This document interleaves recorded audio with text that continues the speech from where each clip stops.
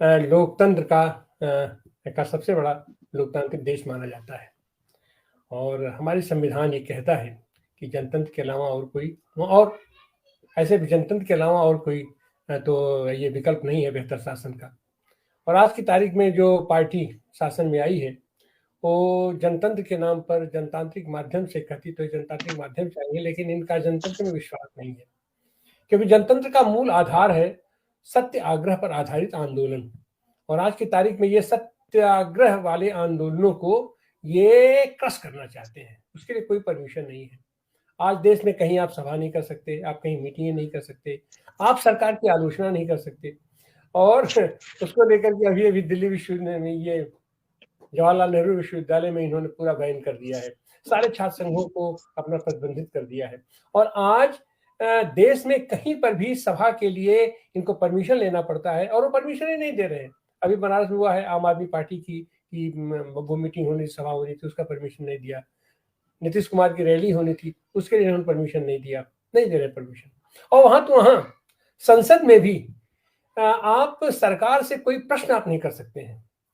सरकार से प्रश्न अगर आप करेंगे तो आपको निलंबित कर दिया जाएगा, आपकी आवाज दबाने की इस हद तक कोशिश की जाती है। अब तक 276 सांसदों को निलंबित किया जा चुका है ये खास करके मोदी सरकार की वो रेजिम में। और अभी तो हद हो गई, सदन में 2 लोग कूद गए और उसमें कहा जा रहा है कि 6 लोग उसमें इन्वॉल्व हैं। 2 लोग सदन के अंदर कूदे थे, 2 लोग वो संसद भवन के बाहर थे और 2 लोग मास्टरमाइंड थे बाहर। और इन सब लोगों के पास जो घिसा है, जो गेट पास मिला है, वो भारतीय जनता पार्टी के सांसद हैं मैसूर के प्रभात सिन्हा जी, उनके गेट पास पर लोग अंदर गए हैं। और ये घटना उस समय हो रही है जब 22वीं वर्षगांठ मनाई जा रही थी वो संसद के हादसे की। तो जाहिर सी बात है कि उसकी सिक्योरिटी बहुत ज्यादा टाइट रही होगी, लेकिन वो समय ऐसा रहा है कि गृह मंत्री, अपने प्रधानमंत्री और तमाम इनके नेता लोग सत्ता का आनंद लेने मध्य प्रदेश में और छत्तीसगढ़ में और कहां जाकर के अपना इन प्रकार सत्ता हासिल करने को वहां पर शपथ ग्रहण करवा रहे थे।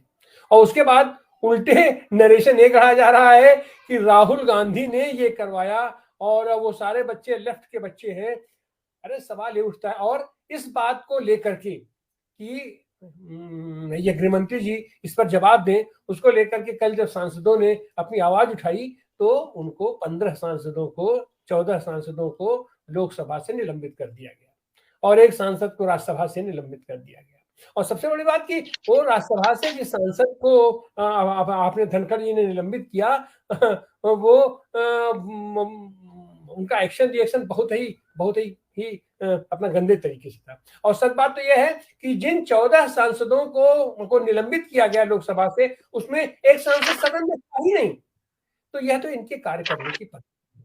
हम कहते हैं कि यह कौन सा लोकतंत्र है, यह कहाँ का लोकतंत्र है। और आज एक चीज और हुआ है कि यह माना जाता है कि जब ये विधानसभा हुआ, लोकसभा हुआ, जब उसके सदस्य चुन के आ जाते हैं तो उनकी बैठक होती है और उस बैठक में बहुमत दल का नेता अपने सांसदों में से अपना नेता चुन लेता है और उसको प्रधानमंत्री बना दिया जाता है, उसको मुख्यमंत्री बना दिया जाता है। लेकिन अभी जो चीजें हुई हैं कि तीनों ये पूरा ये जो विधानसभा चुनाव था वो मोदी जी अपने नाम पर लड़े, लग रहा था जैसे मोदी जी को ही मुख्यमंत्री होना है।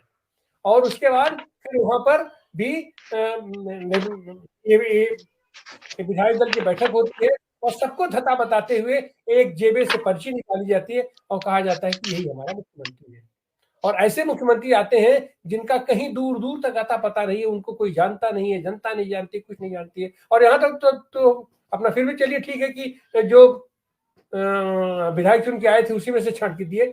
अभी पिछली ताजी घटना है, हरियाणा में मनोहर लाल खट्टर जी का राजनीति से संबंध ही नहीं था और वो आज तक कभी विधायक ही नहीं हुए थे।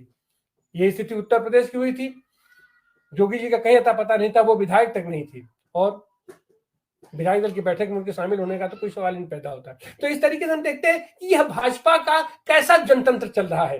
तो जब यही उनका जनतंत्र है तो जाहिर सी बात है वो ऐसा ही जनतंत्र चाहते हैं देश में, संवैधानिक मान्यताओं को धता बताते हुए और जनतंत्र से अलग हट करके अपना। तो आज हम